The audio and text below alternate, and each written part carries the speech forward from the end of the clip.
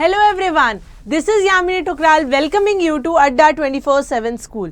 So बच्चों आज हम स्टार्ट करने जा रहे हैं respiration in plants chapter 14 of class 11th. तो इसमें हम कौन कौन से सब टॉपिक्स पढ़ेंगे. First, do plants breathe and glycolysis जो हमारा फर्स्ट सब टॉपिक रहेगा इस क्लास में. सेकेंड सब टॉपिक जो हम लोग पढ़ेंगे वो होगा fermentation and aerobic respiration. Third हमारा सब टॉपिक होगा respiratory balance sheet and amphibolic pathway. Fourth रहेगा रेस्पिरेटरी क्वेश्चन और रेस्पिरेटरी क्वेश्चन के साथ हम इस चैप्टर को करेंगे एंड और लास्ट में हम लोग करेंगे एनसीईआरटी क्वेश्चंस. तो बच्चों हर सब टॉपिक के एंड में हम लोग उससे रिलेटेड 5 to 7 एमसीक्यू क्वेश्चंस करेंगे जिससे कि एनसीईआरटी क्वेश्चंस के साथ साथ आपकी एमसीक्यू वाले क्वेश्चंस की भी तैयारी हो जाए. तो आज वाले चैप्टर में रेस्पिरेशन इन प्लांट्स के अंदर हम लोग फर्स्ट सब टॉपिक स्टार्ट करने जा रहे हैं जो कि है हम do plants breathe and glycolysis. तो ये दोनों टॉपिक्स हम आज वाले लेक्चर के अंदर कंप्लीट करेंगे. सो डू प्लांट्स ब्रीथ, अगर ये कॉमन क्वेश्चन मैं आप लोगों से बोलूं तो क्या आपको पता है कि प्लांट्स दे डू ब्रीथ और दे डोंट ब्रीथ. सी अगर हम लोग प्लांट्स को देखते हैं विजिबिलिटी के अगर उससे देखें पर्सपेक्टिव से देखें, अगर हम प्लांट्स को देख रहे हैं तो प्लांट्स को देखते साथ ही हमें पता चल जाएगा कि वो ग्रो कर रहे हैं, वो मैच्योर कर रहे हैं. तो मतलब उनको कहीं ना कहीं से ब्रीदिंग फैसिलिटी तो आ रही है ना, क्योंकि उसके बाद ही तो वो ग्रो कर पा रहे हैं. ऐसे तो है नहीं कि प्लांट इतने से हमारा इतना हो जाए बिना किसी चीज के, बिना लिविंग हुए वो इतने से इतना तो होगा नहीं.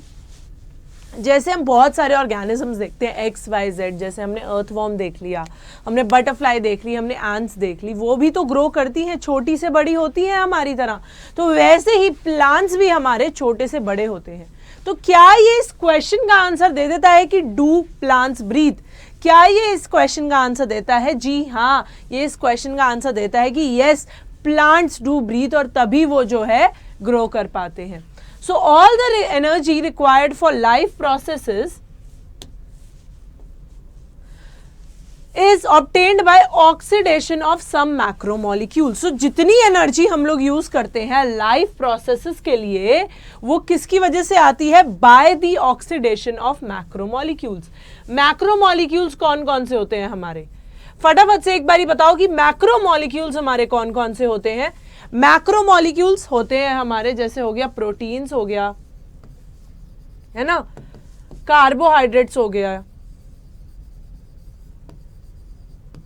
तो ये क्या है ये हमारे मैक्रोमोलिक्यूल्स हैं. मैक्रोमोलिक्यूल्स का जब हम मतलब जाने तो मैक्रो का मतलब क्या होता है? बिग, और मॉलिक्यूल्स का मतलब मॉलिक्यूल. जो बिग मॉलिक्यूल्स किसकी वजह से बनते हैं? सेवरल स्मॉल मॉलिक्यूल से ज्वाइन करके बनते हैं. तो प्रोटीन्स हमारा किससे बनता है?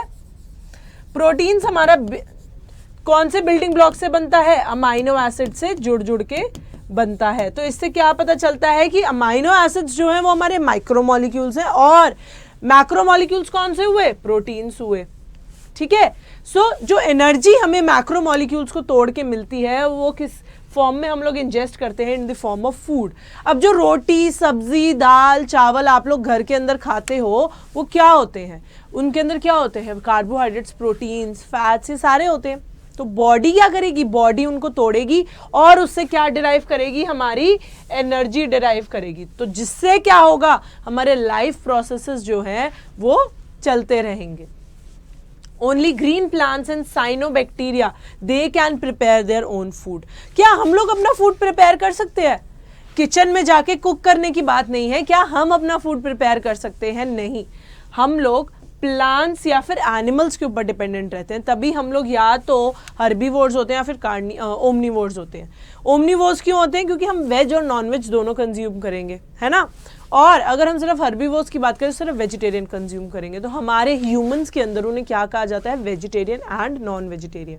तो या तो हम प्लांट सोर्सेस पे डिपेंड रहेंगे या फिर हम एनिमल सोर्सेस पे भी डिपेंड रह सकते हैं. तो क्या हम अपना खाना खुद बना सकते हैं? किचन में जाके तो हाँ बिल्कुल बना सकते हैं, पर रॉ मटेरियल हम अपना खुद सिंथेसाइज नहीं कर सकते. सो सिर्फ ग्रीन प्लांट्स जिनके अंदर क्या होता है? हमारी क्लोरोफिल होती है, जिनके अंदर हमारी क्लोरोफिल होती है वो और साइनोबैक्टीरिया जो कि ब्लू ग्रीन एल्गी हमारा होता है, वो ही सिर्फ अपना खाना बना सकते हैं. और उनको हम लोग क्या बोलते हैं? उनको हम लोग ऑटोट्रॉफ्स बोलते हैं. क्या बोलते हैं? ऑटोट्रॉफ्स बोलते हैं। हम क्या हैं, हम लोग तो हेटेरोट्रॉफ्स हैं, हम सिर्फ खाना खा सकते हैं पर बना नहीं सकते। So by the process of photosynthesis वो क्या करते हैं, they trap the light energy and convert it into the chemical energy that is stored in the bonds of carbohydrates like glucose, sucrose, starch. तो वो क्या करते हैं, वो बेसिकली ट्रैप करते हैं, लाइट एनर्जी को ट्रैप करेंगे, उससे खाना बनाएंगे, उस लाइट एनर्जी को केमिकल एनर्जी के अंदर कन्वर्ट करेंगे और स्टोर करेंगे in the form of carbohydrates. अब सारा फूड हमारा कार्बोहाइड्रेट्स की फॉर्म में क्यों स्टोर होता है, सारा फूड हमारा कार्बोहाइड्रेट्स की फॉर्म में क्यों स्टोर होता है, क्योंकि ये हमें इंस्टेंट एनर्जी प्रोवाइड करता है। मेन एनर्जी सोर्स हमारा कौन सा है, कार्बोहाइड्रेट है। अच्छा, हमारे अंदर कार्बोहाइड्रेट किस फॉर्म में स्टोर होता है, अगर हम लोग अपनी बात करें, हमारे अंदर कार्बोहाइड्रेट किस फॉर्म में स्टोर होता है, ग्लाइकोजन के फॉर्म में स्टोर होता है। किसके फॉर्म में होता है, ग्लाइकोजन के फॉर्म में स्टोर होता है ना। किसके अंदर, मसल्स के अंदर, लिवर के अंदर, किसके अंदर होता है, मसल्स एंड लिवर के अंदर।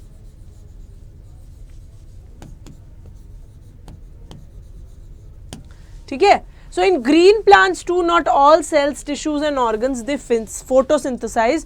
जो cells जिनके पास क्लोरोप्लास्ट होते हैं वो ही जो है फोटोसिंथेसाइज कर पाते हैं। That are most often they are located in the superficial layers। बाहर की layers में वो located होते हैं, तो वो ही जो है मेन जो है प्लांट्स के अंदर फोटोसिंथेसाइज कर पाते हैं।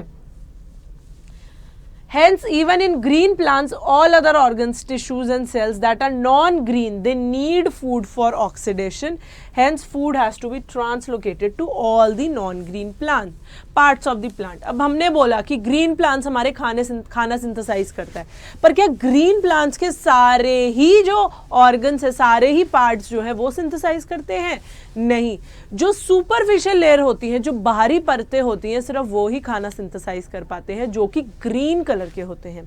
जो नॉन ग्रीन कलर के होंगे वो क्या करेंगे, वो भी ग्रीन वाले पार्ट्स पे ही डिपेंडेंट रहते हैं कि वो हमें खाना दे, जिससे कि हम जो है ऑक्सीडेशन कर पाए। सो ग्रीन प्लांट्स के अंदर भी सारे के सारे जो उसके पार्ट्स हैं वो सिंथेसाइज नहीं कर पाते फूड को। एनिमल्स आर हेटेरोट्रॉफिक, जो कि मैंने बताया, they obtain the food from the plants directly और इनडायरेक्टली। डायरेक्टली भी वो ऑब्टेन करते हैं और इनडायरेक्टली भी वो ऑब्टेन करते हैं। Saprophytes like fungi and are dependent on dead and decaying matter. Saprophytes क्या होते हैं, सैप्रोफाइट्स वो ऑर्गेनिजम्स या फिर प्लांट्स होते हैं जो कि दूसरे डेड और डिकेइंग के ऊपर फीड करते हैं, जो डेड एंड डिकेइंग के ऊपर फीड करते हैं।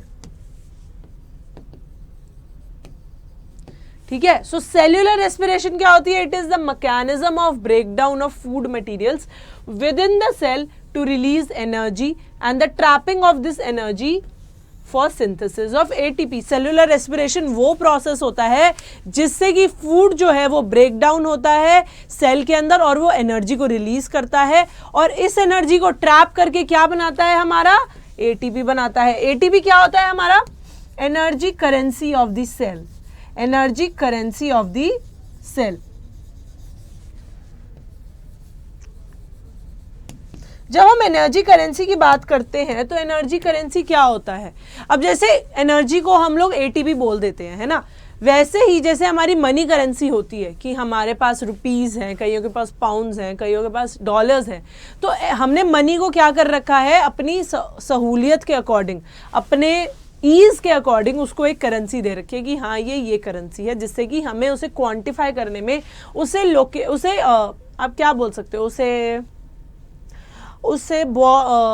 उसकी एक पहचान देने के लिए, आइडेंटिफिकेशन देने के लिए हमने उसका नाम दिया हुआ है। तो वैसे ही एनर्जी करेंसी क्या है हमारा, एटीपी है। ठीक है। फोटोसिंथेसिस कहाँ पे टेक प्लेस करता है, takes place within the chloroplast, क्योंकि इसी से जो है फूड सिंथेसिस होता है, इसी से हमारा फूड सिंथेसिस होता है। सो ये किस में होता है, क्लोरोप्लास्ट में होता है, क्योंकि वहां पे क्लोरोफिल पिगमेंट होती है। whereas the breakdown of complex molecules to yield energy it takes place in the cytoplasm. जो ब्रेकडाउन होता है मैक्रोमोलिक्यूल्स का टू रिलीज द एनर्जी वो कहाँ पे होता है, हमारा साइटोप्लाज्म में होता है और माइटोकॉन्ड्रिया के अंदर होता है. माइटोकॉन्ड्रिया के अंदर क्या होता है, सिर्फ यूकैरियोट्स के अंदर वो होता है. माइटोकॉन्ड्रिया सिर्फ यूकैरियोट्स के अंदर होता है. So the breaking of the carbon carbon bonds of complex compounds through oxidation within the cells leading to the release of considerable amount of energy, it is known as respiration. respiration क्या होता है, carbon carbon जो bond होते हैं complex compound के, उसे तोड़ा जाता है through the process of oxidation in the cells, जिससे कि एक कंसिडरेबल अमाउंट ऑफ एनर्जी निकलता है. उसे हम लोग क्या बोलते हैं, रेस्पिरेशन बोलते हैं. रेस्पिरेशन बोलते हैं. अब आप बोलोगे रेस्पिरेशन तो होता है सांस अंदर लेना सांस बाहर छोड़ना. बच्चों वो ब्रीदिंग होता है, वो ब्रीदिंग होता है कि inhaling and exhaling, inhaling and exhaling, ये हमारा ब्रीदिंग के अंदर आता है. पर जो जब हवा अंदर जाती है, जो वो प्रोसेस करती है, उस पूरे केमिकल प्रोसेस को हम लोग रेस्पिरेशन बोलते हैं, जिसके अंदर कार्बन कार्बन जो है बॉन्ड टूटते हैं कॉम्प्लेक्स मॉलिक्यूल्स में और वो क्या करते हैं, एनर्जी रिलीज करते हैं, जिसको हम लोग रेस्पिरेशन बोलते हैं. So the compounds that are oxidised during this process these are known as respiratory substrates. जो कंपाउंड्स इस प्रोसेस के दौरान में ऑक्सीडाइज होते हैं वो हमारे सबस्ट्रेट्स होते हैं. अब रेस्पिरेशन के दौरान ये प्रोसेस जो प्रोडक्ट्स जो है ऑक्सीडाइज हो रहे हैं उनको हम लोग क्या बोलेंगे, रेस्पिरेटरी सबस्ट्रेट्स. ठीक है. Usually carbohydrates they are oxidise to release energy, but proteins, fats and organic acid they can be used as respiratory substances in some plants under certain conditions. जैसे कि मैंने बताया जो हमारे कार्ब्स होते हैं, कार्बोहाइड्रेट को हम लोग शॉर्ट में क्या बोलते हैं, कार्ब्स बोलते हैं. जो कार्ब्स होते हैं वो ही हमारा मेन सोर्स ऑफ एनर्जी होते हैं. ठीक है. पर उसके साथ में प्रोटीन्स, फैट्स और कुछ कुछ ऑर्गेनिक एसिड जो है वो भी हम लोग एज रेस्पिरेटरी सब्सटेंसेस यूज कर सकते हैं कुछ कुछ कंडीशंस में. So during oxidation within a cell all the energy contained in the respiratory substrates is not release free into the cell और इन अ सिंगल स्टेप. अब हमने oxidation के बारे में तो बोला कि ऑक्सीडेशन के अंदर हमें एनर्जी मिलती है ना. ऑक्सीडेशन के अंदर हमें क्या मिलती है, एनर्जी मिलती है. पर उस ऑक्सीडेशन के अंदर क्या सारी की सारी एनर्जी रिलीज हो जाती है, नहीं. ऑक्सीडेशन के अंदर हमारी थोड़ी सी एनर्जी जो है वो रह जाती है और वो क्या है, स्टोर हो जाती है. जैसे कि मैंने आपको बताया किसके फॉर्म में, कार्ब्स के फॉर्म में, है ना. कि बाद में कभी बॉडी को एनर्जी की जरूरत पड़े तो क्या हो, तो बॉडी वो अपने रिजर्व से खा ले. जैसे कि अब देखो कोविड का टाइम है. अब कोविड के टाइम में क्या है कि इनकम इतनी आ नहीं रही है, जितनी पहले इनकम आती थी उतनी इनकम नहीं आ रही है. ठीक है. तो अपने रिजर्व्स जो बैंक रिजर्व्स है उसके अंदर से हम लोग विड्रॉ करके कैश और अपना जो है गुजारा चला रहे हैं. वैसे ही जब बॉडी को कंसिडरेबल अमाउंट ऑफ एनर्जी नहीं मिलती तो वो अपने रिजर्व के अंदर से जो है यूज कर लेता है एनर्जी को. तो वैसे ही इसीलिए ऑक्सीडेशन के टाइम पे सारी एनर्जी हम लोग रिलीज नहीं करते, कुछ एनर्जी को हम लोग स्टोर कर लेते हैं. ठीक है. So it is released in a series of slow stepwise reaction controlled by enzyme and trapped as chemical energy in the form of ATP. जो फर्स्ट स्टेप होता है वो हमारा फास्ट होता है. उस जो फर्स्ट स्टेप होता है वो हमारा सबसे स्लो स्टेप होता है. उसके अंदर क्या होता है, वो हमारा लिमिटिंग स्टेप होता है. जो फर्स्ट स्टेप होता है वो हमारा लिमिटिंग स्टेप होता है, रेट लिमिटिंग स्टेप जिसे हम लोग बोलते हैं. ठीक है. वो सबसे ज्यादा स्लोएस्ट स्टेप होता है, वो पूरे रिएक्शन को जो है कंट्रोल करता है. ठीक है. उसके बाद में जब एनर्जी को हम लोगों ने रिलीज करना होता है तो वो स्लो स्टेप वाइज रिएक्शन के थ्रू होता है जो कि मल्टीपल एंजाइम से कंट्रोल होती है. और उस एनर्जी को हम लोग कैसे स्टोर करते हैं, केमिकल एनर्जी की फॉर्म में और एटीपी के अंदर रिलीज कर देते हैं. So hence it is important to understand that the energy released by oxidation in respiration is not used directly but is used to synthesize ATP, which is broken down whenever the energy need to be utilized. तो जो भी हमने food को break down किया है ना, यही हमारा था ना, फूड को हमने ब्रेक डाउन किया इनटू फूड को ब्रेक डाउन किया इनटू स्मॉलर पार्टिकल्स और उससे हमने क्या करी, एनर्जी रिलीज करी। एनर्जी किस में कन्वर्ट हो गई, हमारी एटीपी में, और वो जाके क्या हो गई, कुछ एनर्जी हमने यूज कर ली बॉडी के अकॉर्डिंग और कुछ एनर्जी हमने स्टोर कर ली। तो ये जो है हमारा रेस्पिरेशन का प्रोसेस ये चलता है कि फूड को ब्रेक डाउन करके जो एनर्जी रिलीज होती है उस in the form of ATP उसे कन्वर्ट करेंगे और कुछ को यूज कर लेंगे और कुछ को स्टोर कर लेंगे। ओके, आगे चलते हैं। सो एटीपी क्या करता है, it acts as a energy currency of the cell, जो कि मैंने बताया जैसे कि हमारी मनी की करेंसी होती है वैसे ही हमारा जो एटीपी है it acts as the energy currency of the cell. So this energy trapped in ATP, it is utilized in various energy requiring processes of the organism, and the carbon skeleton produced during the respiration is used as the precursor of biosynthesis of other molecules. So इसी ATP से हमारा क्या निकलता है, carbon skeleton निकलता है। क्या निकलता है, कार्बन स्केलेटन निकलता है, जो कि आगे जाके क्या बनता है, प्रीकर्सर ऑफ बायोमोलिक्यूल्स। ठीक है, तो यही लिखा है यहां पे। ठीक है, अब हमारे क्वेश्चन का आंसर आता है कि डू प्लांट्स ब्रीथ। हमने बहुत ही पहले ये फिगर आउट कर लिया था कि ऑब्वियसली वो जो है ब्रीथ करते हैं तभी तो वो लोग बढ़ पा रहे हैं, है ना। बिना ऑक्सीजन के, बिना एनर्जी रिक्वायरमेंट के, बिना फूड के वो कैसे ही जो है आगे अपना लाइफ जो है कैरी फॉरवर्ड कर पाएंगे। तो yes, plants require oxygen for respiration to occur and they give out carbon dioxide, जैसे कि ह्यूमंस करते हैं। ह्यूमंस भी क्या करते हैं, इनहेल क्या करते हैं हमारा ऑक्सीजन, और एक्सहेल क्या करते हैं, कार्बन डाइऑक्साइड। सो ह्यूमंस की तरह ये भी ऑक्सीजन जो है इनको रिक्वायर्ड होती है फॉर रेस्पिरेशन, क्योंकि इनको ऑक्सीडेशन वाला प्रोसेस करना होता है। और क्या रिलीज करते हैं, carbon dioxide.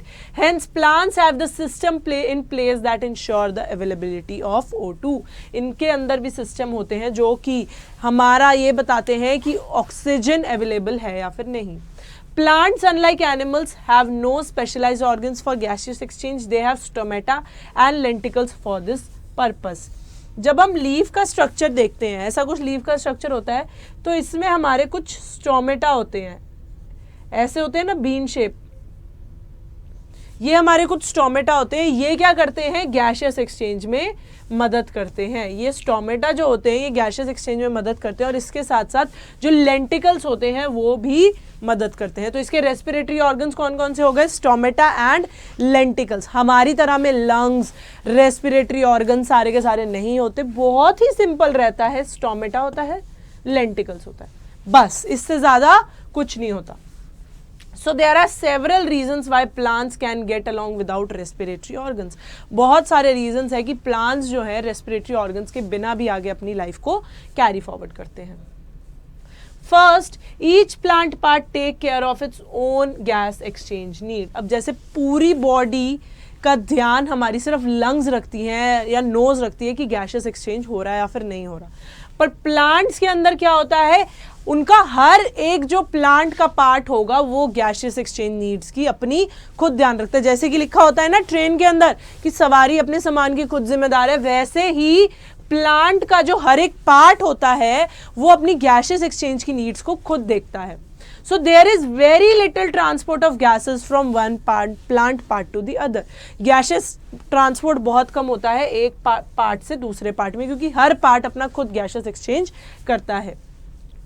Second, the plants do not present great demands for gas exchange. हमारी तरह नहीं कि हाँ ऑक्सीजन हमने फिल्टर आउट करके अंदर लेनी है, देन उसके बाद में कार्बन डाइऑक्साइड छोड़नी है, और हम लोग स्पेसिफिक सिर्फ इतना अमाउंट में हमें ऑक्सीजन चाहिए। इनकी कोई ग्रेट डिमांड्स नहीं होती हैं। So roots, stems and leaves they respire at the rates far lower than the animals do. हमारा रेस्पिरेटरी रेट बहुत ज़्यादा होता है, पर रूट, स्टेम और लीव्स का रेस्पिरेटरी रेट बहुत कम होता है।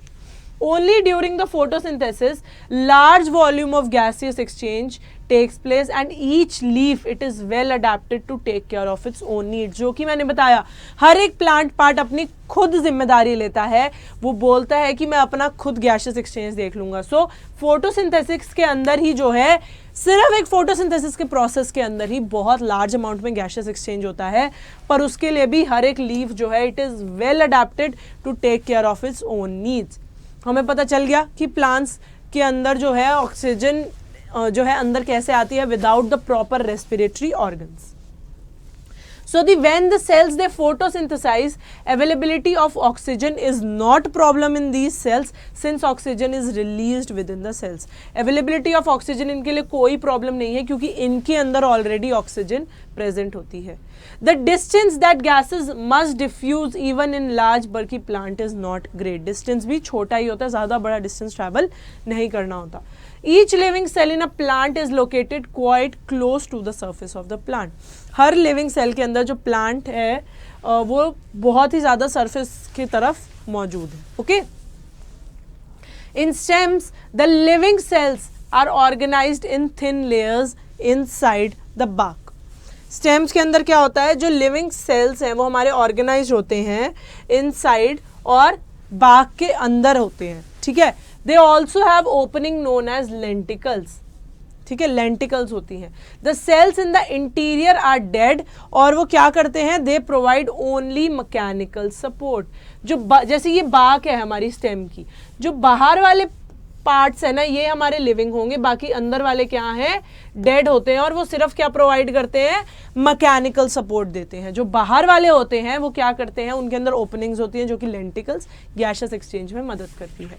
Thus most of the cells of the plants have at least a part of their surface in contact with the air. तो हमें क्या पता चल गया कि प्लांट के अंदर मोस्टली सारे सेल्स का कुछ पार्ट जो होता है वो बाहर एक्सपोज होता है ना, सरफेस की तरफ होता है, और कुछ पार्ट बिल्कुल भी कांटेक्ट में नहीं होता. This is also facilitated by the loose packing of parenchyma cells in leaves, stems and roots, which provide the interconnecting network of air spaces. Loose packing of cells होता है in the leaves, stems and roots, और वो क्या करता है, interconnected network provide करता है जिनके अंदर large intracellular spaces होती हैं.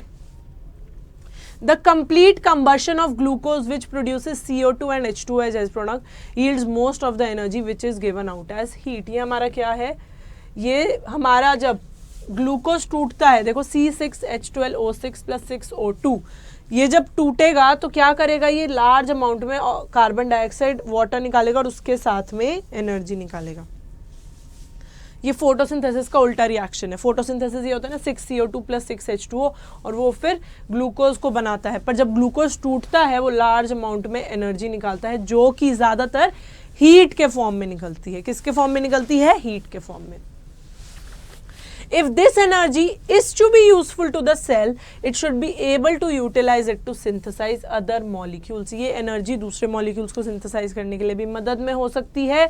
The strategy that the plant cell uses is to catabolize the glucose molecules. अब देखो इसमें एक टर्म आई है catabolize.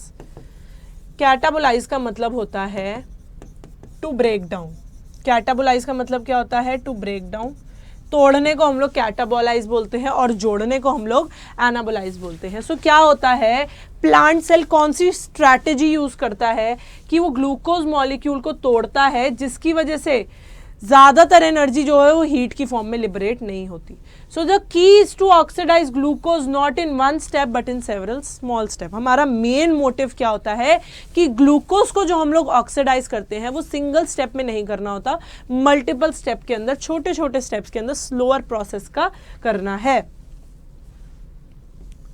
जिसकी वजह से इन्हीं स्मॉल स्टेप की वजह से जो एनर्जी रिलीज हो रही है उसको हम लोग एटीपी सिंथेसिस के साथ कपल कर ले. So during the process of respiration, oxygen is utilized and carbon dioxide and water it is released along with energy molecules. वो हमने देख लिया. अब respiration हमारे कितने तरीके की होती है, दो तरीके की, aerobic and anaerobic. Aerobic respiration क्या होती है, in the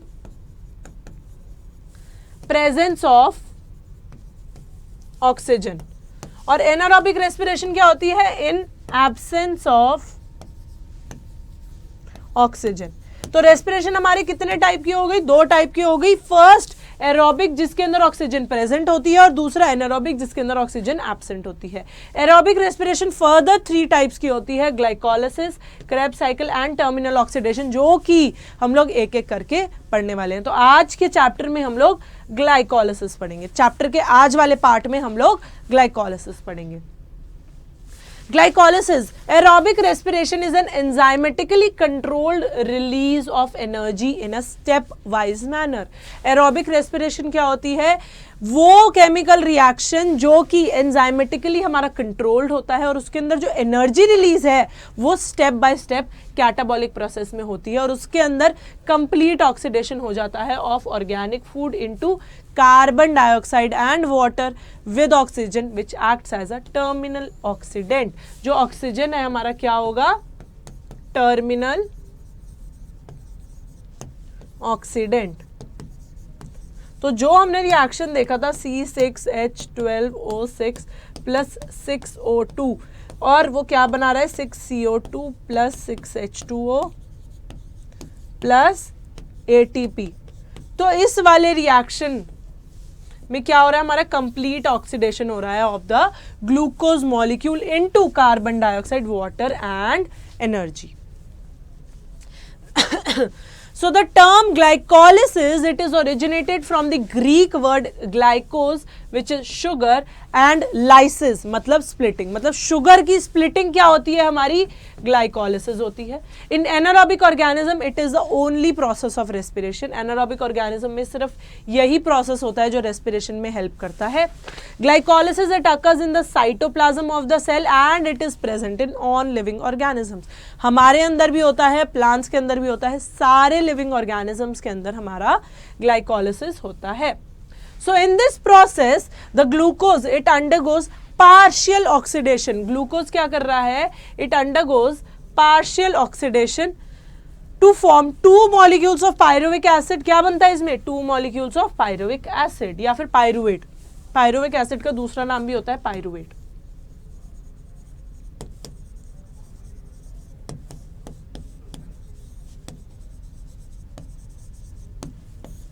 ठीक है। In plants this glucose is derived from sucrose. ये ग्लूकोज प्लांट्स में रेडिली अवेलेबल नहीं होती, तो ये सुक्रोज से डिराइव होती है जो कि फोटोसिंथेसिस का एंड प्रोडक्ट होता है। तो फोटोसिंथेसिस के बाद हमारा ग्लाइकोलिसिस शुरू हो जाता है ना। सो ग्लाइकोलिसिस का पाथवे हमारा कुछ ऐसा रहता है। स्टार्टिंग विद ग्लूकोज, ग्लूकोज हमारा किस में कन्वर्ट होता है? सबसे पहला glucose is derived from sucrose, वो मैंने बता दिया। Glycolysis starts with the first step हमारा क्या है? Phosphorylation of glucose in the presence of enzyme hexokinase. First step हमारा जो होता है हेक्सोकाइनेस आता है, उसमें फॉस्फोराइलेशन ऑफ ग्लूकोज मॉलिक्यूल होता है in the presence of enzyme hexokinase, जो कि क्या बनाता है? हमारा glucose 6 phosphate.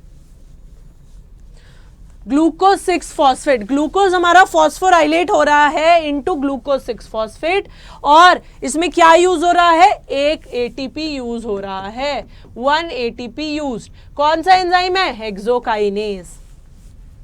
Then next glucose 6 phosphate it is converted into fructose 6 phosphate, जो कि enzyme phosphohexose isomerase. Glucose 6 phosphate जो है अपने आइसोमर के अंदर कन्वर्ट हो रहा है। ग्लूकोज 6 फॉस्फेट अपने आइसोमर के अंदर कन्वर्ट हो रहा है, जो कि क्या है? हमारा फ्रक्टोज 6 फॉस्फेट। और कौन सा एंजाइम आ रहा है इधर? फॉस्फोहेक्सोस आइसोमरेज। क्योंकि आइसोमर बना रहा है इसलिए आइसोमरेज एंजाइम इसके अंदर आ रहा है। तो सेकंड स्टेप हमारा क्या हो गया? जो ग्लूकोज 6 फॉस्फेट है वो कन्वर्ट हो रहा है, आइसोमराइज हो रहा है into fructose 6 phosphate in the presence of enzyme phosphohexose isomerase. Then third step क्या है? Fructose 6 phosphate it uses 1 molecule of ATP to form fructose 1,6 bisphosphate. Fructose 6 phosphate हमारा कन्वर्ट हो रहा है इनटू फ्रक्टोज 1,6 बिसफॉस्फेट। कितने एटीपी यूज कर रहा है? एक एटीपी यूज कर रहा है in the presence of enzyme phosphofructokinase. Phosphofructokinase. तो थर्ड स्टेप के अंदर हमारा कौन सा एंजाइम हो गया, फॉस्फोफ्रुक्टोकाइनेज। थर्ड के बाद फोर्थ स्टेप आते हैं fructose 1,6 bisphosphate, it is converted to triose phosphate. Triose phosphate और ट्रायोस फॉस्फेट के दो मॉलिक्यूल्स बन जाते हैं। फर्स्ट है हमारा ग्लिसराल्डिहाइड 3 फॉस्फेट, वो भी 3 कार्बन है, और ट्रायोस फॉस्फेट दूसरा हमारा बनता है डाई हाइड्रोक्सी एसीटोन फॉस्फेट, वो भी हमारा 3 कार्बन है।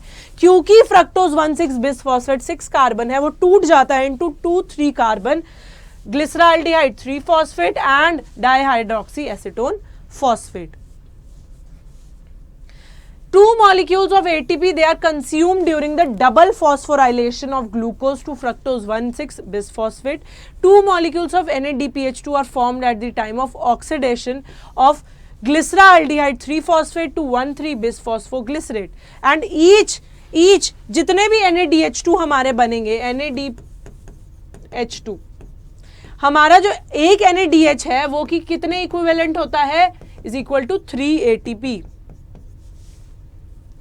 देखो जब ये 3 कार्बन के अंदर टूट रहा है, फ्रक्टोज 1,6 बिसफॉस्फेट 3 कार्बन के अंदर टूट रहा है, एक तो ग्लिसराल्डिहाइड 3 फॉस्फेट और डाइहाइड्रोक्सी एसीटोन फॉस्फेट।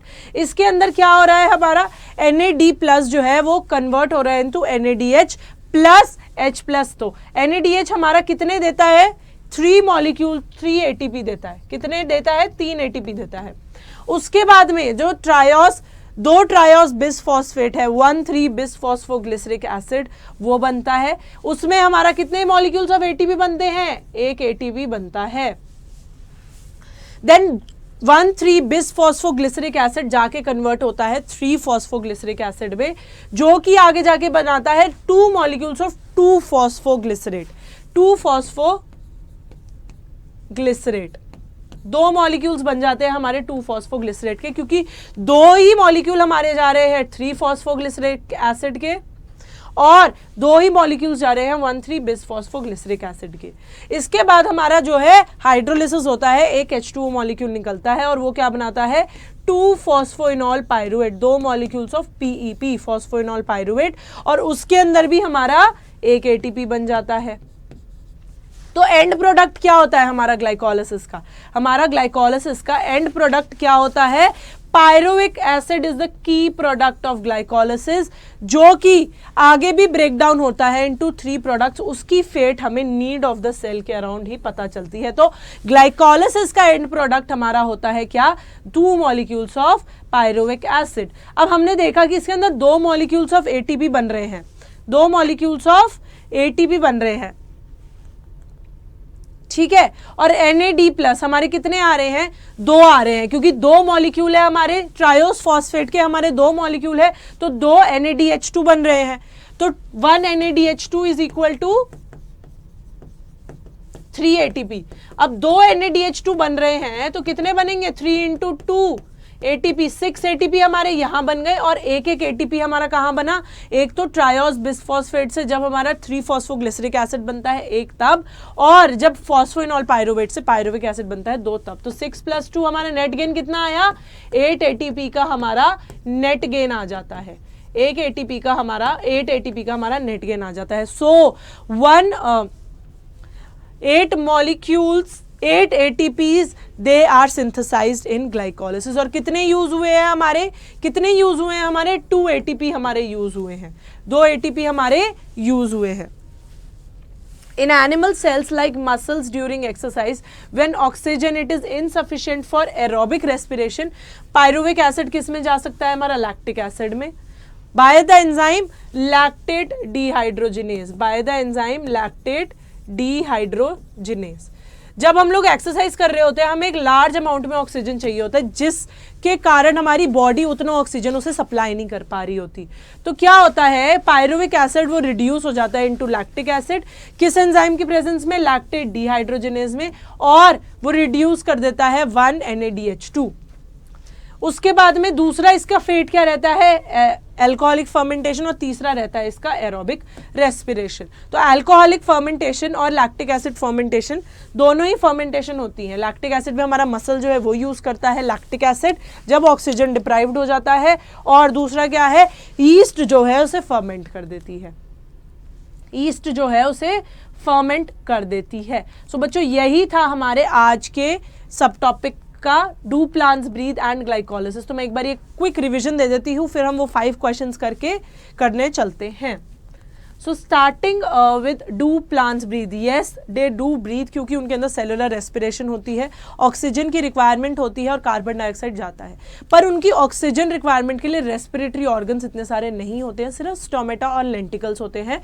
और प्लांट्स के जो भी पार्ट्स होते हैं वो खुद रिस्पॉन्सिबल होते हैं अपने गैसियस एक्सचेंज के लिए। ये नहीं है कि एक ही रेस्पिरेटरी ऑर्गन पूरी बॉडी के लिए रिस्पॉन्सिबल है ना, यही नहीं होता कि एक ही जो है बॉडी पार्ट जो है पूरी बॉडी के लिए रिस्पॉन्सिबल है। सारे प्लांट के जो पार्ट्स हैं वो खुद रिस्पॉन्सिबल होते हैं, वो खुद अपनी जो है रेस्पिरेशन कैरी आउट करते हैं।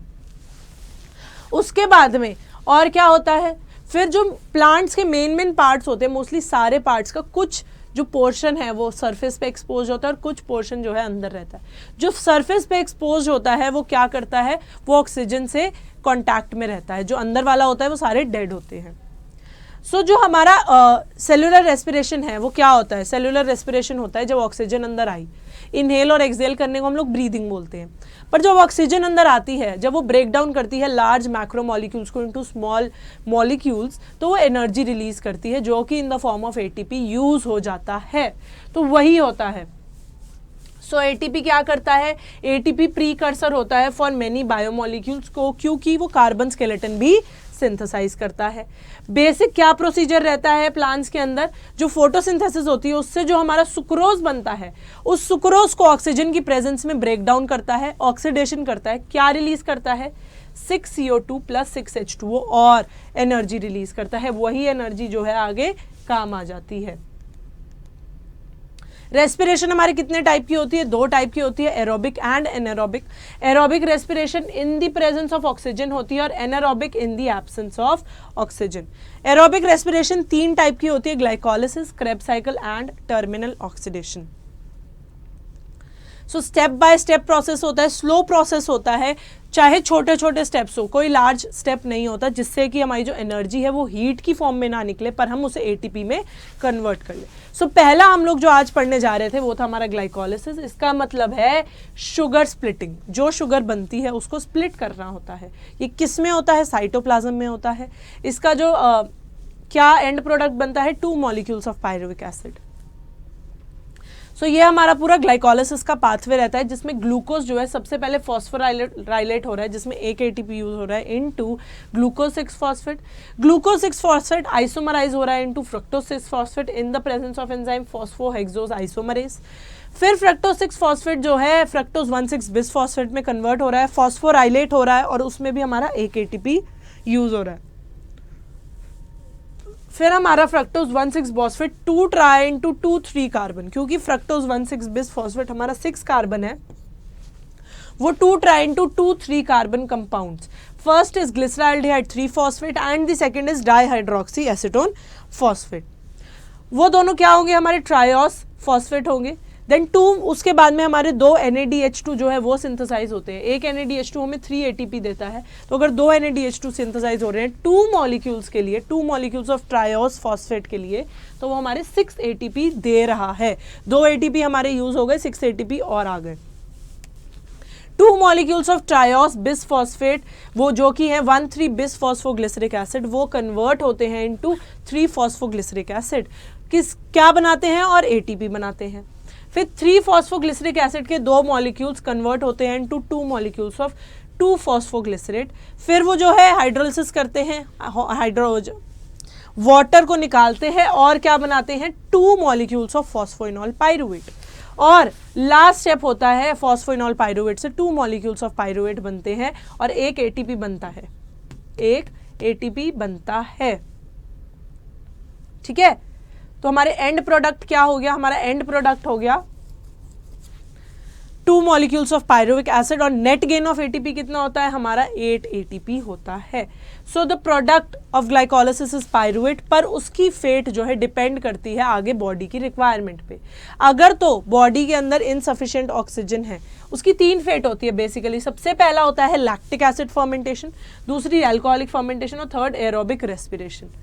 तो जब हम लोग मसल्स एक्सरसाइज कर रहे होते हैं तो हमारे मसल्स जो है ऑक्सीजन डिप्राइव हो जाते हैं, बॉडी को उतना सप्लाई नहीं मिल पाता है ऑक्सीजन का जितना उसे रिक्वायरमेंट होती है।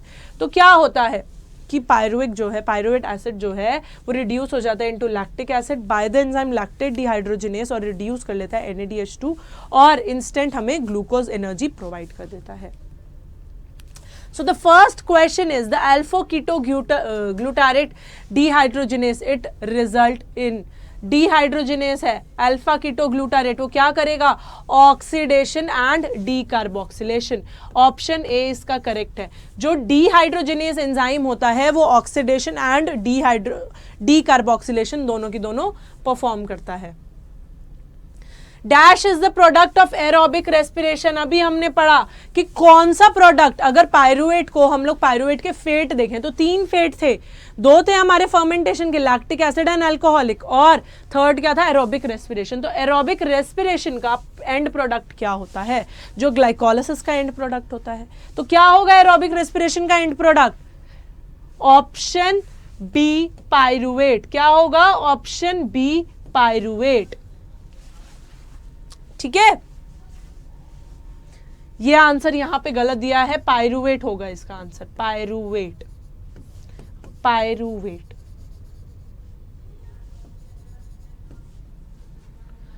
Energy gain during aerobic respiration, it is more dash times more than the anaerobic respiration. कितने टाइम्स मोर होती है? 19 टाइम्स मोर होती है। ऑप्शन सी करेक्ट है, 19 टाइम्स मोर होती है। एरोबिक रेस्पिरेशन में जो भी हम लोग एनर्जी गेन करते हैं 19 टाइम्स मोर होती है than the anaerobic respiration. Glycolysis को हम और क्या बोलते हैं? First EMP pathway. ग्लाइकोलिसिस को हम लोग और क्या बोलते हैं? First EMP pathway. On oxidation of one molecule of glucose, dash ATP is produced during the aerobic respiration. अब हमारा नेट गेन कितना था? 8 ATP का था। नेट गेन हमारा एरोबिक रेस्पिरेशन ग्लाइकोलिसिस में सिर्फ 8 ATP का था, पर जब हम सारे के सारे एरोबिक रेस्पिरेशन देखेंगे तो हमारा कितना आता है नेट गेन? 38 ATP का आता है। कितना आता है? 38 ATP का आता है जब हम एरोबिक रेस्पिरेशन के तीनों पाथवेज देख लेंगे। ग्लाइकोलिसिस हो गया हमारा, क्रेब्स साइकिल हो गया और टर्मिनल ऑक्सीडेशन हो गया। तो बच्चों मैं आशा करती हूँ आपको मेरी वीडियो पसंद आई थी। अगर पसंद आई हो तो लाइक करना, शेयर करना और सब्सक्राइब करना अड्डा 24/7 स्कूल के चैनल को। मिलते हैं नेक्स्ट वीडियो में, तब तक के लिए बाय बाय।